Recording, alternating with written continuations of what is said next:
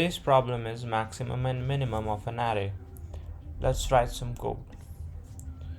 So for example, let's take an array which is 4, 2, 3, 5. The problem we have to do is find the minimum and the max element. In this case, minimum would be 2 and the maximum would be 5. So for doing this, what we have to do is we're gonna iterate from the 0th index to the last index, and we're gonna update each and every time the current min and the current max. So for the first time, we'll just current min and current max. For the first time, current min would be initialized to a greater positive value, just in case we've got value which is even smaller than this. So for including every element, and the similar fashion we're gonna initialize current max to a large, very small negative integer. For the first iteration, our element is 4. In our case, the element is 4 when I is equal to 0. This is 0, 1, 2, 3. When I is 0, the element is 4. So the current min would just update because 4 is smaller than this number. So 4, current min will become 4. And for the current max, 4 is greater than this. So current max will also be updated and current max will become 4. In the next iteration, when I becomes 1, the element becomes 2.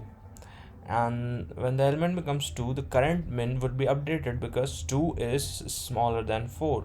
So current min will become 2 and the current max is 4. Since 4 is not smaller than 2, so current max will remain same. Then our I will be updated to 2 and the element would be 3. In this case, 3 is not smaller than 2. So current min will not be updated and current max will not be updated as 4 is greater than 3. So I will again increment, I will become 3. So the third index element is 5. Since 5 is not smaller than 2, so current min will remain the same and the current max will be updated because 5 is greater than 4. So 5, current max will be 5. At the end of the loop, we'll find that current min will contain the minimum element of this array and current max would contain the maximum element of this array. So let's see the code. In the code, as we can see, we have taken a long because we have to return a long and we have to return a pair of long. So in the similar fashion, we have started the loop from 0 to n minus 1s and we have updated the maximum and minimum every time using a inbuilt function in C standard library. And at the end, we have just created a pair and we have assigned the p dot first to minimum because we have to return minimum element first.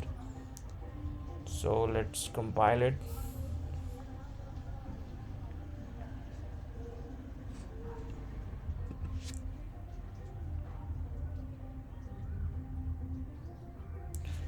Okay guys, thanks for watching.